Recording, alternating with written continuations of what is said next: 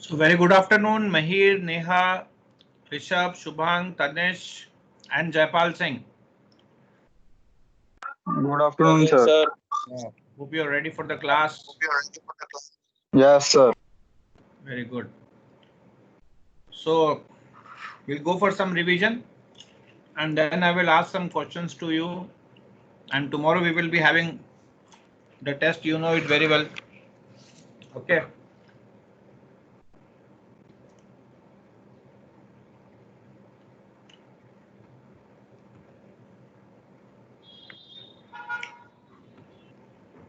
Excuse me, sir.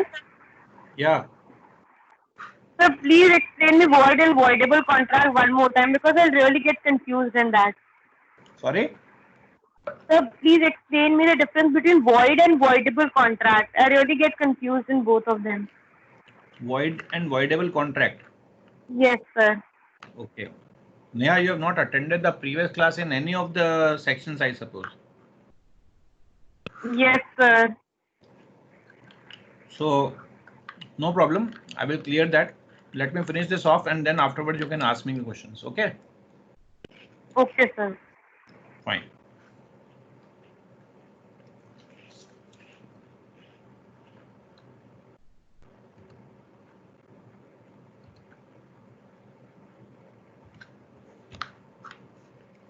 So guys, we have the special contracts today, which we have to revise.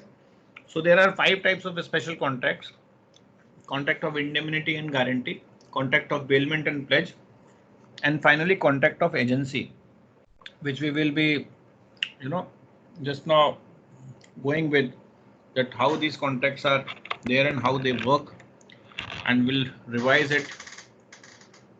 Okay. So we'll do the needful and will accordingly, go ahead with the whatever is means whatever is missing or whatever you would like to ask me, I will tell you that. Okay. So let us just go for contract of indemnity. Indemnity is making someone's loss good.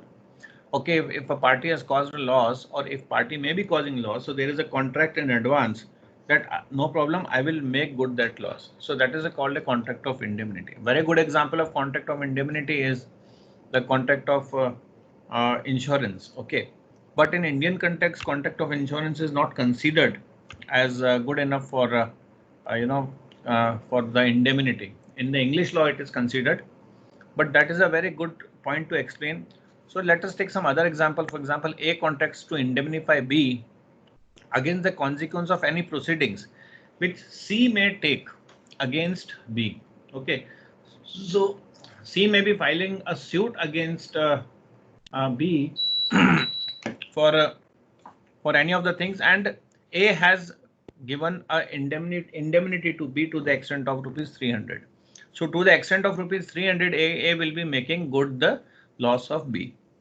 So the contract of indemnity may be express or implied. It may be inferred from the circumstances. Like for example, A has done an act done by A at the request of B. If A incurs any expenses, then it is implied that B will pay the same. So he will make good the loss. Okay, or any expense which is being made. So a person who promises to indemnify is called indemnifier, and the person who promises to get indemnified is called indemnified or indemnity holder. Just like a policy holder. A policy holder is a person who will whose loss is to be made good. Okay, by the insurance company. So in the same way, indemnity holder is a person who is being promised, or he is a promisee by, and promise, who is the promiser? Indemnifier is a promiser who will make good the loss of indemnified. Okay, so a contract of insurance is an example of indemnity according to English law, as I've already told you. Okay, and the consideration is the premium insurance insurer promised to make good the loss suffered by the assured on the amount of destruction by fire or by flood or by theft or by whatever. So it totally depends on what the conditions are. Okay, so accordingly the losses are made good. Okay, so next is certain rights are there of the indemnity holder. So a person who is an indemnity holder he actually is, you know, that all the damages which he may be compelled to you know, to pay in the suit is bringing or defending it. He is actually he did not contravene the orders of the promisor and acted as if he would have prudent to him. Okay, so any cost which is being borne by someone and regarding you know, just keeping some goods of someone else, so as if he is doing it, so all the damages which which may be compelled to be paid in respect of any matter to which is promised to be to contract of indemnity applies.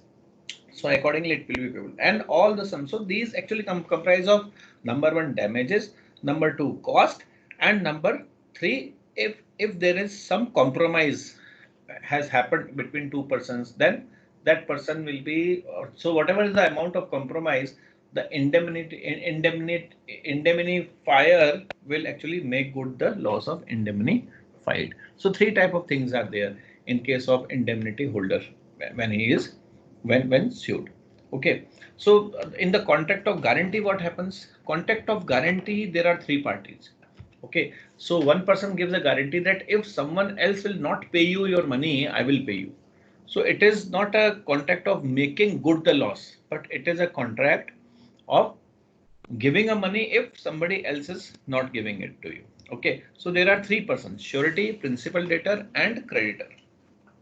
So here in the previous case, the indemnifier is making good the loss to indemnified. So here surety will make good the loss to the principal, creditor, if principal debtor will not pay the amount. So there are three parties. Okay, like for example, in case sometimes we just ask the bank to give our guarantee. Suppose we are doing some international trade, a person sitting in the foreign country doesn't know us and we want to trade with him. We want him to send us some goods, so he will ask for a bank guarantee that because I do not know you, if you will not pay, then what, there will be a loss for me. So he asked for a bank guarantee because bank is guaranteed by the government. So if the bank gives a guarantee, and he will ask for a guarantee by the bank, which is the branch of which is situated in his country also. So a guarantee issued by a bank over here in India, which will also be endorsed by the branch over there, then he will be confirmed that okay, my payment will not go anywhere and I can do the international trade. So this is a guarantee that if a person, that Indian who is also having his account in the same bank, doesn't pay, then the bank will pay on behalf of him and the bank will come in the shoes of the principal creditor and realize the amount from the principal debtor. So this is the contract of guarantee. So there are illustrations given which we have discussed while we were studying this. Okay, so there is some distinction between indemnity and guarantee, and this was one of the assignment which I gave you to just do. So one more thing is the indemnity guarantee and bailment and pledge. So both the things you have to do in your assignments also, and you know all the assignments are to be submitted to Chirayu on the given email ID by, you may say, means up to 20th. Okay, so whatever assignments I have given till date, if you are able to complete it, so all your previous delays will be excused. Okay, so Chirayu, please note it that any delay caused till date will be excused because there was lot of shuffling of students in the class. I hope by the time it is done, so and we have completed the entire 1/3 portion of your syllabus also, because this is a huge act and is also the basis of all the other acts which we will be studying in this course. So I hope that you have completed you have knowledge of this in full. Otherwise your other acts will also be, there will be problem. So just now Neha has asked me that she wants some clarification in void and voidable. So if you also have some of the clarification, you can ask me today itself. Okay, so assignment also, and you have to prepare it in a table form. Okay, so here I have given it in a paragraph form. For example, so there are 5 differences. That first difference is that in the contract of indemnity there are 2 parties, whereas in the contract of guarantee there are 3 parties. Okay, surety, principal, and creditor. In case of contract of indemnity, the liability of indemnifier is primary. Okay, because he has to make good the loss. But in case of guarantee, the liability of surety is secondary. Why? The surety is liable only if the principal debtor makes a default. Otherwise the creditor cannot approach the surety directly. He has to approach first to the principal debtor. If the principal debtor makes a default, then this can be demanded by the from the surety. Okay, so the indemnified need not necessarily act as a at the request of debtor. The surety gives a guarantee only at the request of principal debtor. So who gives the guarantee? Guarantee is given. Principal debtor approaches the surety that please give my guarantee. The principal debtor in India will approach the bank. Please give my guarantee to the creditor who will be supplying me the goods. Okay, and indemnifier is not necessary that he will request on the basis of the indemnified. Okay, in case of guarantee, there is an existing debt or duty performance which is guaranteed by the surety, whereas in case of the indemnity, the possibility of any loss happening is only contingency. So which indemnifier undertakes to indemnify. So this is a contract of contingency. What indemnity is a contract of contingency. Here the contract between the principal debtor and the creditor is not a contingency, it's an actual contract. But if the principal debtor will not pay to the creditor, then there is again a contract of contingency between the surety and the principal debtor that surety has given a surety to or a guarantee to the creditor to make good his payment. But this is not a loss, this is just only a non-payment of something, and which actually brings the surety into the shoes of creditor.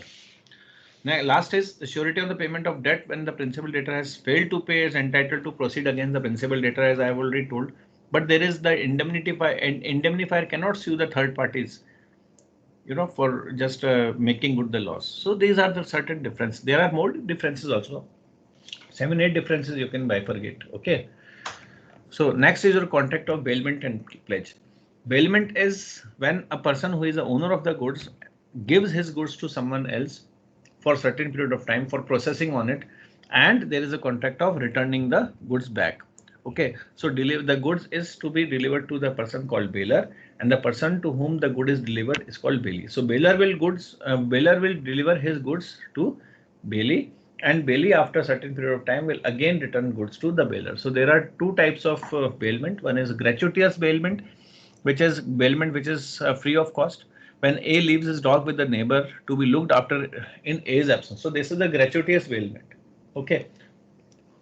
One more gratuitous bailment you guys do. You just do your assignment and give it to someone else. Okay. Then he also perform his assignment and give it either back to you or your assignment along with the assignment of the person who has given you, you submit it to the teacher. So this is also a bailment. Okay. So when a owner of the goods is giving his things to the other one for certain processing, for example, a person gives a piece of cloth to the tailor to just sew it in the form of a shirt.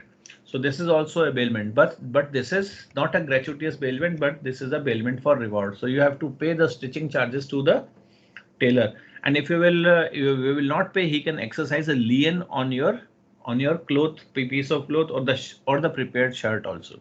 Okay, so bailment and the bailment for reward is for the mutual benefit of both bailer and bailee. For example, sometimes when we go for a movie, we just park our car in the parking of the in the parking lot of that particular mall where this theater is there.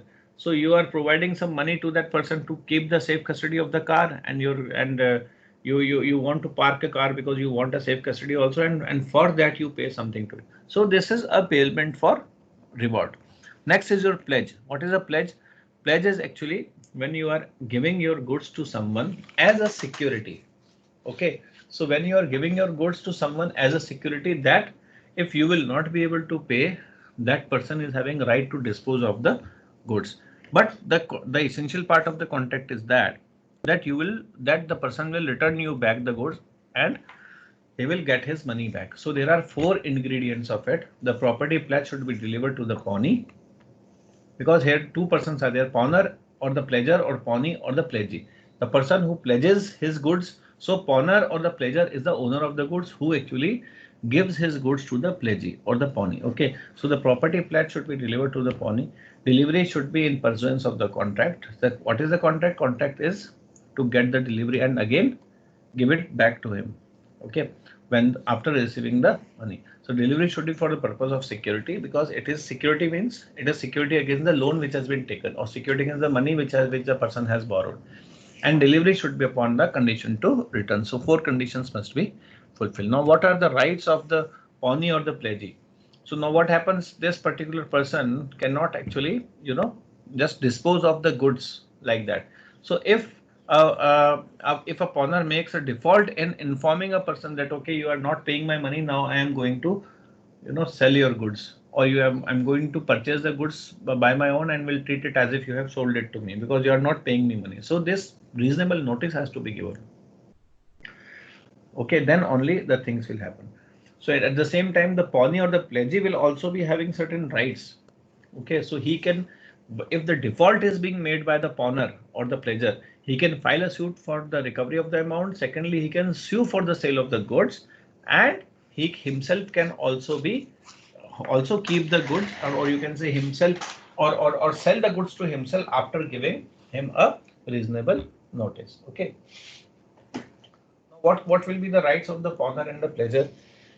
So if the pawnee has made a default in providing a reasonable notice, then he can file a suit against him for the redemption of the goods and can ask for the damages also. Okay, so both the things can be done. Now normally if we see, the pledge is done by the owners of the goods itself. It is not done by non-owners. Okay, but in certain cases non-owners also pledge the goods. Number one, first thing, if he's a mercantile agent. Second, if the pledge, it is a pledge by a seller or a buyer in possession after the sale. The sale has happened, but the goods are lying with either seller or the buyer. If it is goods are lying with the buyer after the sale, then he is having the right to just, do anything with it. But if it is lying with the seller and you have already sold the goods, but you have not received the money, then he can exercise a lien on it and can also pledge the goods to someone for his money. Okay. So further, the pledge where there is pawner is having a limited interest. Okay, pledge by the co-owners in the possession. If the co-owners are in the possession of the goods, then they can also pledge it. Okay, pledge by a person in possession under the voidable contract. For example, some contract is there under the misrepresentation or fraud, something like that. So in that case also the pledge can happen. Next is the contract of agency. Agency is a contract in which a person is actually employed by a principal. Okay, there are two persons, principal and agent. Principal employs the agent and tell him to do the things what he wants. So whatever he does to the third parties, it will bind the employer, or you can say principal.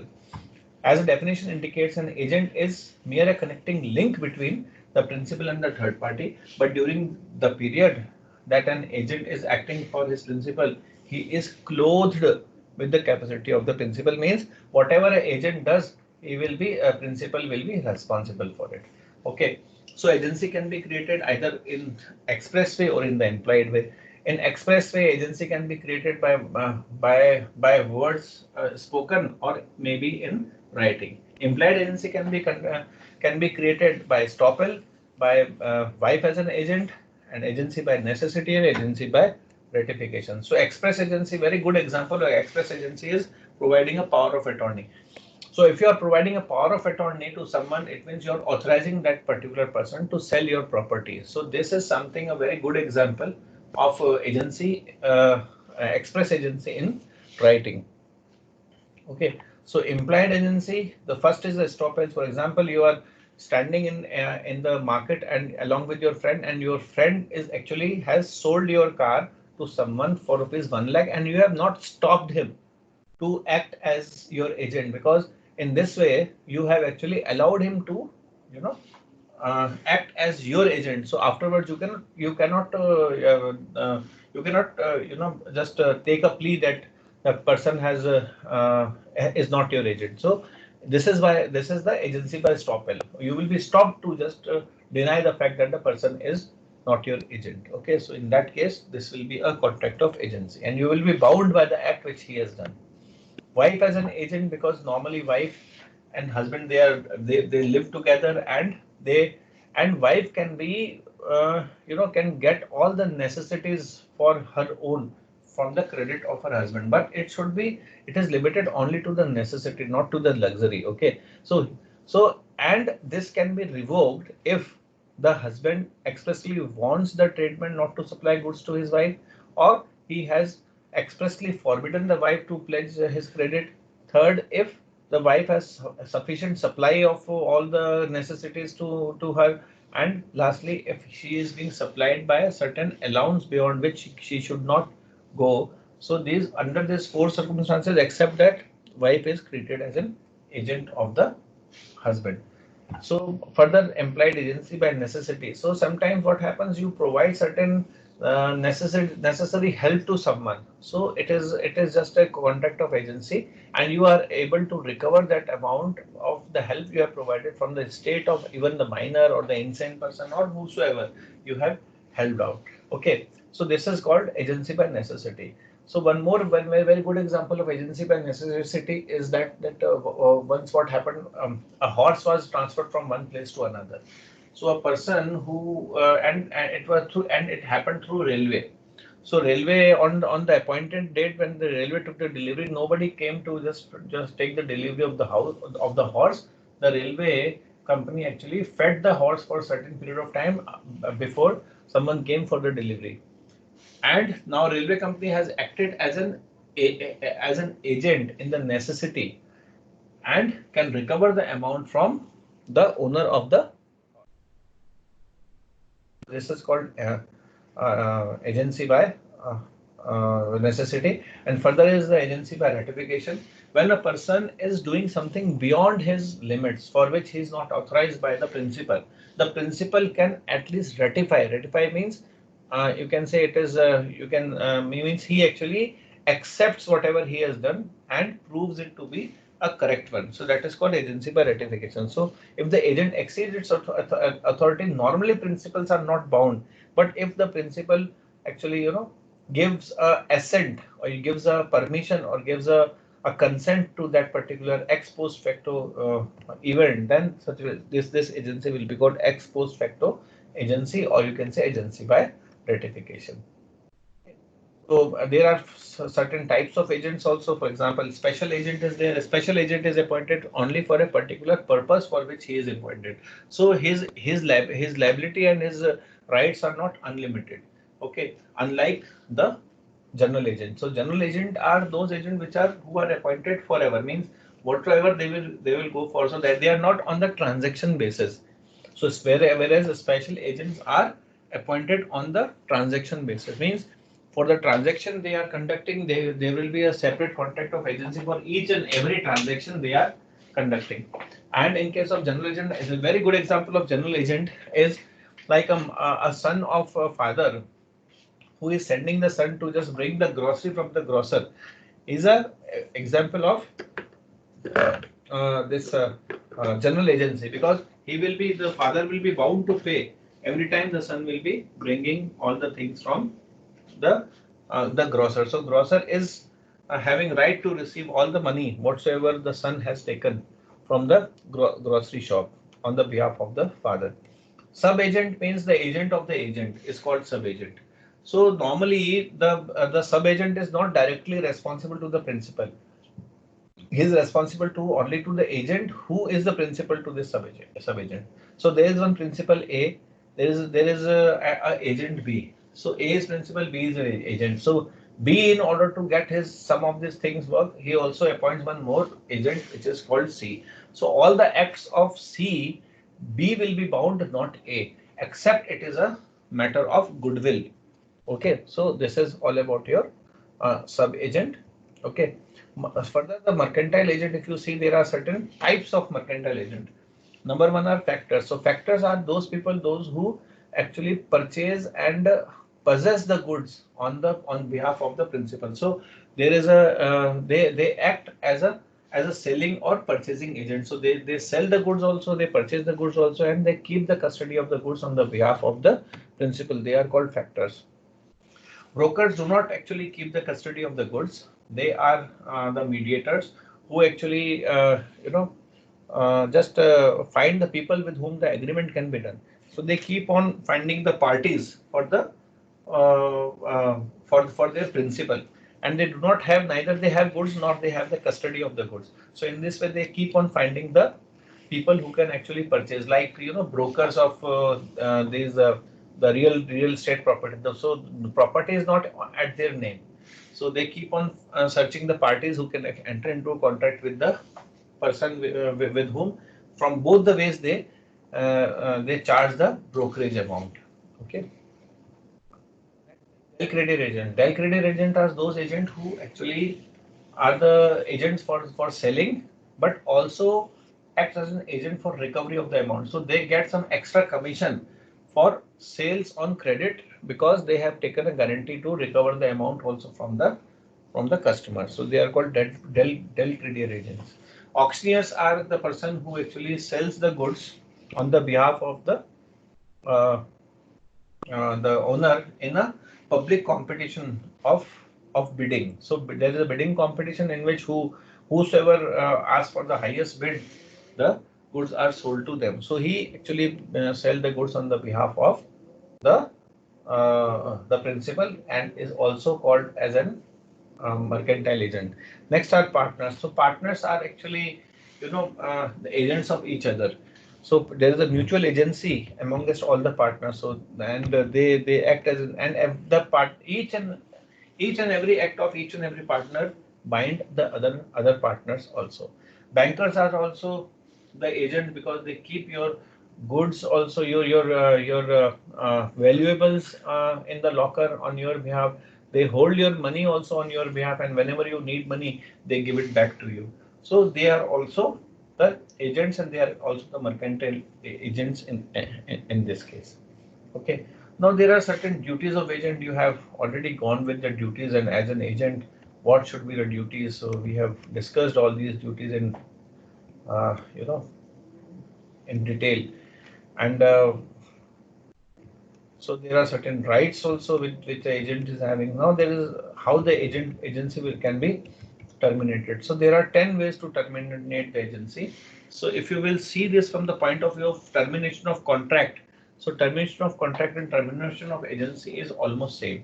So first of all, the contract can be terminated, or it can be discharged by performance of the contract. So both the parties, if they perform, principal and agent, both are discharged, and the agency will be terminated by an agreement between the principal and agent. If there is a fixed agreement for which they have also, like special agreements, so a special agency. So when a person has to sell his bungalow to someone else, so there is a contract of agency. As soon as the bungalow is sold, there is the agreement is actually performed.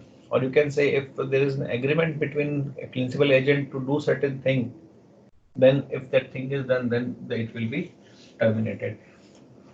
Next is the expiry of fixed period. For example, there is a contract between the agent and the principal to just to be the agent for a period of 1 year. So beyond 1 year, they cannot be the agent. Okay, so within 1 year, his activity will bound the other person as a principal. By death of any of the agency, so this is operation of law. Death, insanity, insolvency. So this is termination by operation of law. Further, if there is an incorporate, when the company principal or agent is an incorporated company, then by dissolution of that particular company, the agency will be terminated. Or if there is some destruction of subject matter, or the contract has been renunciated by the agent, or there is some revocation of contract by the principal. So these are the modes of termination of agency. So e-contract is also actually not in your course, but I have written it. If you want to go through it, you can, though questions will be asked because it's not in your syllabus. So this is all about your contract of agency. Yeah. So Neha, you are asking me the difference between void and voidable contracts. Okay. So Yes, sir. yeah. See, void contracts are void ab initio. There are certain contracts which cannot be valid, or which cannot be executed. So such contracts which cannot be executed as such are called void contracts because these are void ab initio by the operation of law itself, or you can say, suppose for example, A is agreeing with B, who is a minor, to supply some goods. So this will be a contract which is totally, it is not valid at all. It is a void because its law says that any contract with any of the a minor is totally void.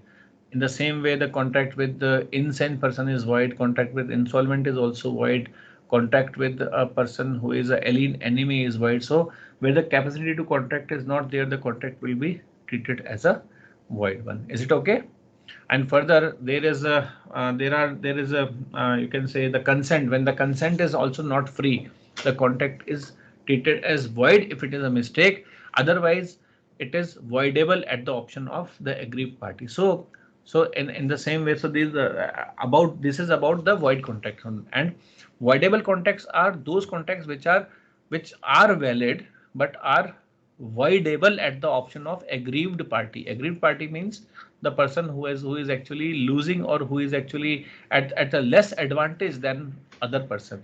For example, if a contract is affected by coercion, if someone at the point of gun tells you, sell me your watch for rupees 1000, and the watch actually is of rupees 10,000, so in that case, afterwards the execution of the contract will be in the hand of the other party who is actually the owner of the watch. So he wants, then he can renunciate this contract, or he can cancel the contract, and he can get it discharged.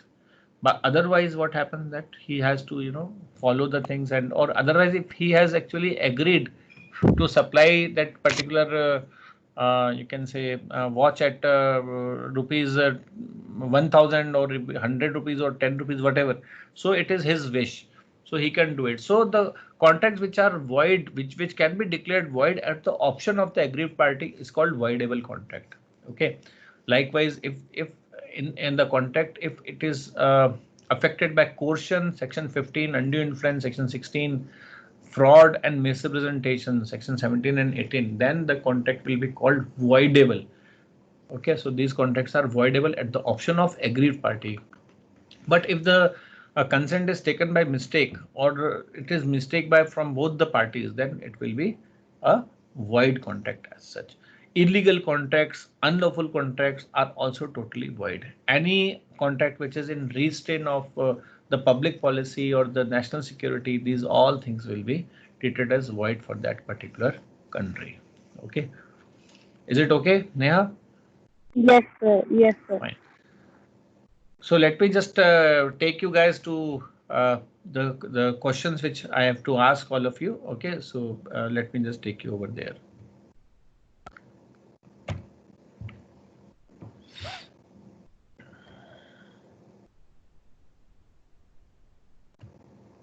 Just a moment, I have to open that file.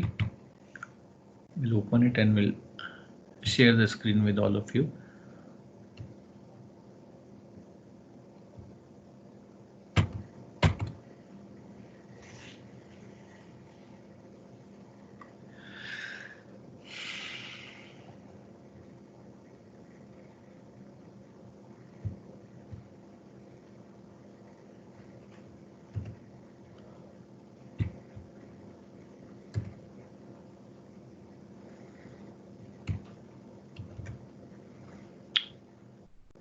Yes. So Neha, as you have asked the question, so I also have a right to ask you a question and start from you only. Okay. So Yes, are you sir. ready? Yes, sir. Fine. So please tell me this first question. The bailment of goods as a security for the payment of debt is called lien, mortgage, hypothecation, or pledge. Pledge. Sorry? Pledge. Bailment of goods as a security for payment of debt is called pledge. Yes, sir. Are you sure? Yes, sir. You are correct. So it is pledge. Just now I have told you that pledge for if you have to secure your money, then you have to go for a pledge. Okay. So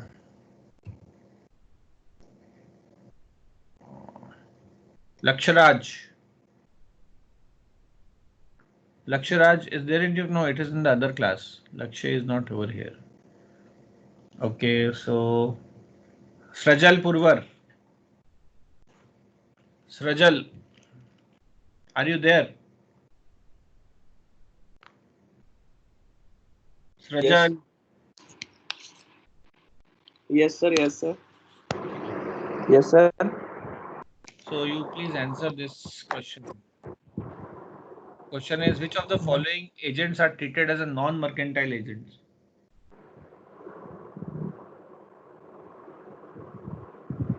Insurance agent, sir. Very good, insurance agent. So insurance agent are not non-mercantile. And why?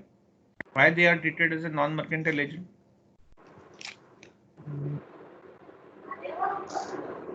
Or, Or why not can they be treated as a mercantile agent? Whatever. so, sir, they just sell insurance. Hmm? They just sell insurance to anyone. They are selling.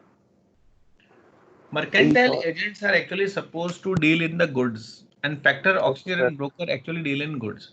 Insurance is a service, it is not a goods. So that's why insurance agents are also not mercantile agents. Okay? Yes, sir. Fine. So tell me name of someone else.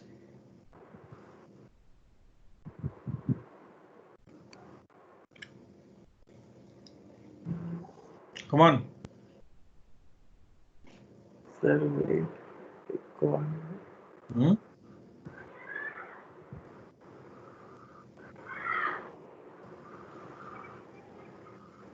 Sir, Sachin. Sorry? Sachin. Sir, Yes, yes. Sachin.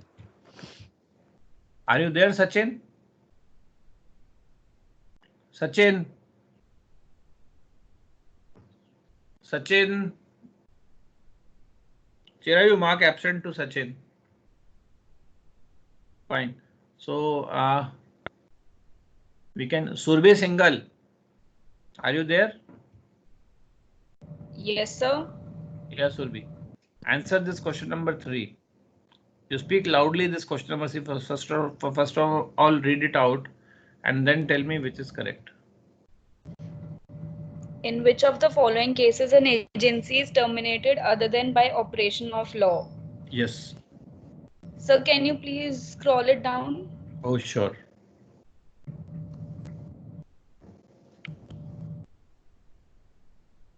On performance of the contract. So what are by the mutual agreement. options? On performance of the contract by mutual agreement, on the insolvency of the principal, on the destruction of the subject matter. Okay. So what is your say? Sir, I don't know. Don't know. So you should know, na. Better I should mark you absent. Not attentive in the class. Why you have just now we have studied about it. See, it is I very don't know. easy. Insolvency and destruction of subject matter is the operation of law. Okay. Mutual agreement also sometimes, it's operation of law. So on performance of contract is not an operation of law. Okay. So So, performance of contract what about the destruction of and subject matter? mutual agreement is also correct. So destruction of subject matter and insolvency, now you cannot do anything about it. It's the operation of law only. Okay. Okay. Okay, sir. Yeah, when things are not in your hand, then it is. That's why I told you A and B both are correct in this case.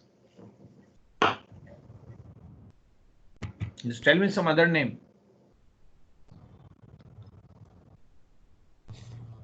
So, Vaishnavi. Vaishnavi. Vaishnavi.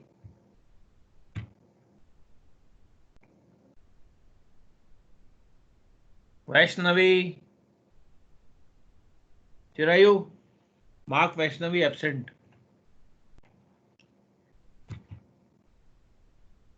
Shriyansh Jain. Okay, Ujjwal Gupta.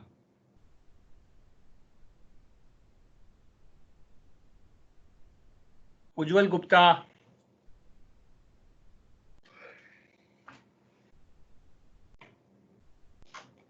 Ujjwal Gupta.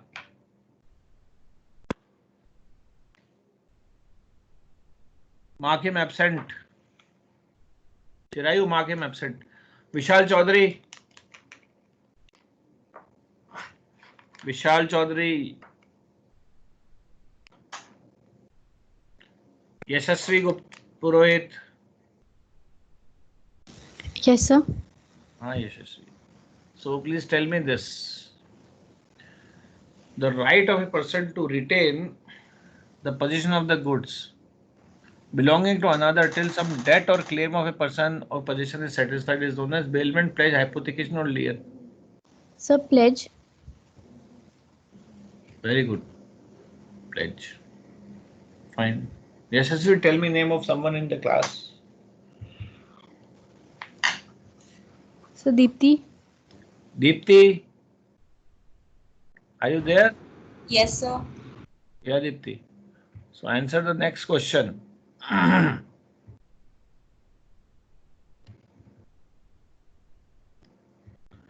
The right of a person, who enjoys the right of subrogation in a contract of indemnity. Subrogation, you know, na? Being in shoes of others.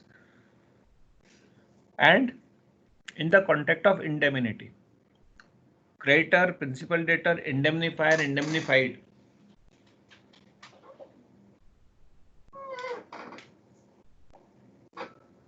So indemnifier. Indemnifier, very good, because indemnifier is actually making good the loss of indemnified. So he actually becomes the subrogation comes in on his way. Okay, fine. You tell me name of someone else in your class.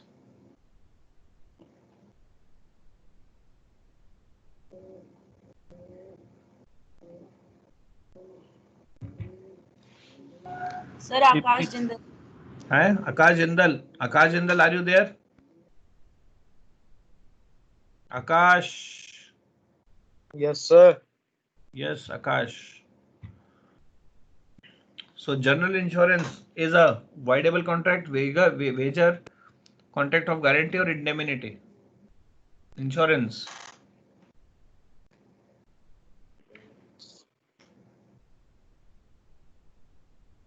So first one, sir, voidable contract, sir. Voidable contract क्या बात कर रहे हो यार? Insurance voidable कहां से हो जाएगा? तुमने कोई इंश्योरेंस कराया वो वॉइडेबल है? ऐसा थोड़ी होता है. It's a contract of indemnity ना. Okay, sir. To make good the loss. Okay, tell me name of someone else. Sir. Sir, Aditya Chopra, sir. Aditya Chopra. Aditya. नहीं है सर क्लास में sir. Chirayu mark him absent. Aditya Chopra.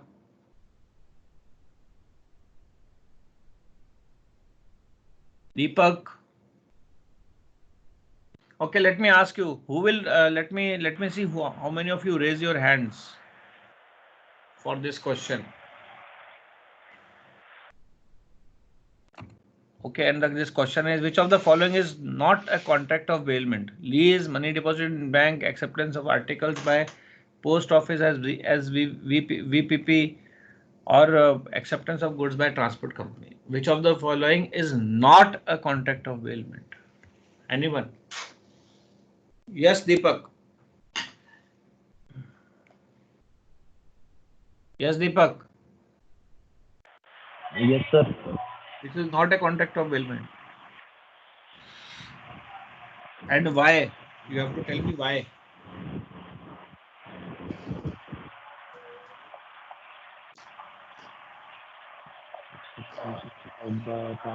Ji.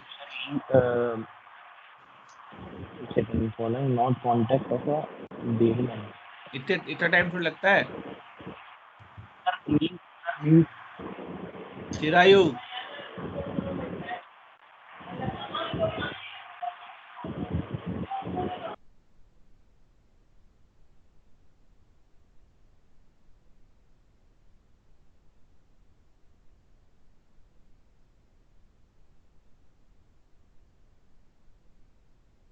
Come on.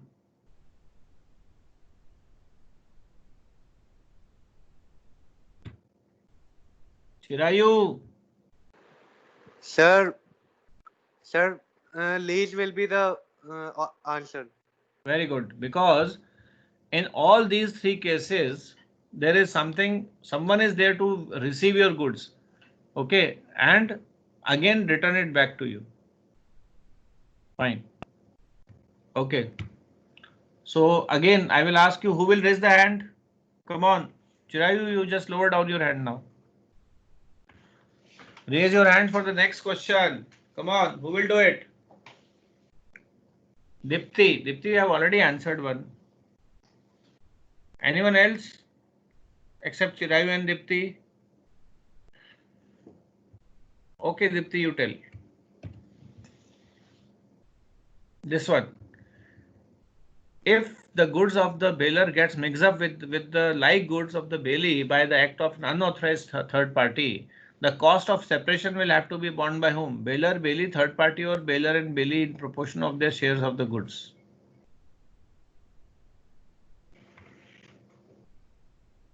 Dipti? Yes, sir. Yeah.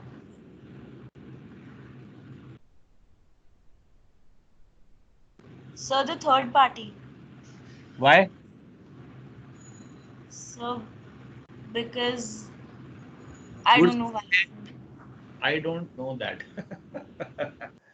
The goods actually belong to bailor. He actually gave goods to bailee.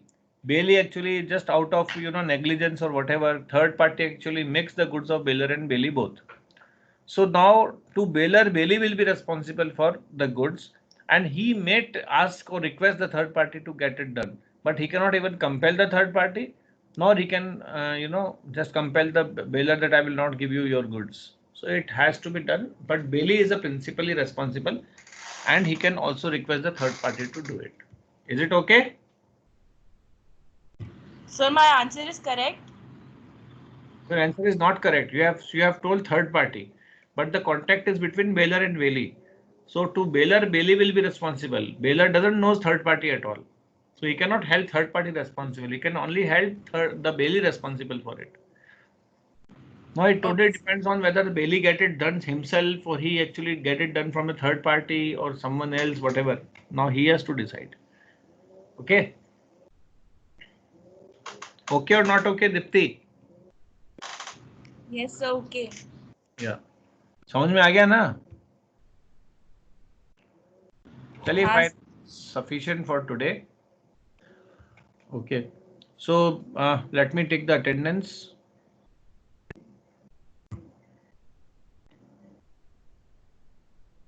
Okay. So Akash Jain, Abhay Singh Shekhawat, Akash Jindal, Ashutosh Sharma, Ayush Verma, Azan Ayub, Present, sir. Deepak Thanwani, Dhananjay Singh, Dheeraj Lamba, Dheeraj Sharma, Present, sir.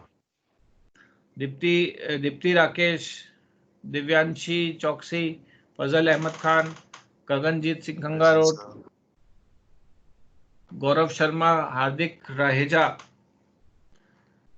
Harshit Gupta, Present, sir. Jaypal Singh, Kanishk Bilochi, Kashish Sharma, Khushi, Gagan Mahipal, Lucky Chaudhary, Jaypal, sir. Manish Khileri, Mihir Agarwal, Naman Jain, Naman Singh, Neha Goplani, Parth Gautam, Pranav Sharma, Priyam Soni, Raghav Malpani, Rajveer Singh Anand, Rishabh Goyal, Rishi Kanungo, Ritik Yadav, Sachin Yadav, Sagar Shilvi, Sahil Khandelwal, Shriyans Jain, Shabhang, Srajal Purvar, Surbhi Singhal, Tanish Agarwal, Tarun Singh, Ujjwal Gupta, Vikramaditya Singh, Vishal Soni, Yashasvi Purohit, and Yashpal Singh Mailecha. So these are Present, sir. yeah. Okay, so I'm signing off for the day, and have a nice day.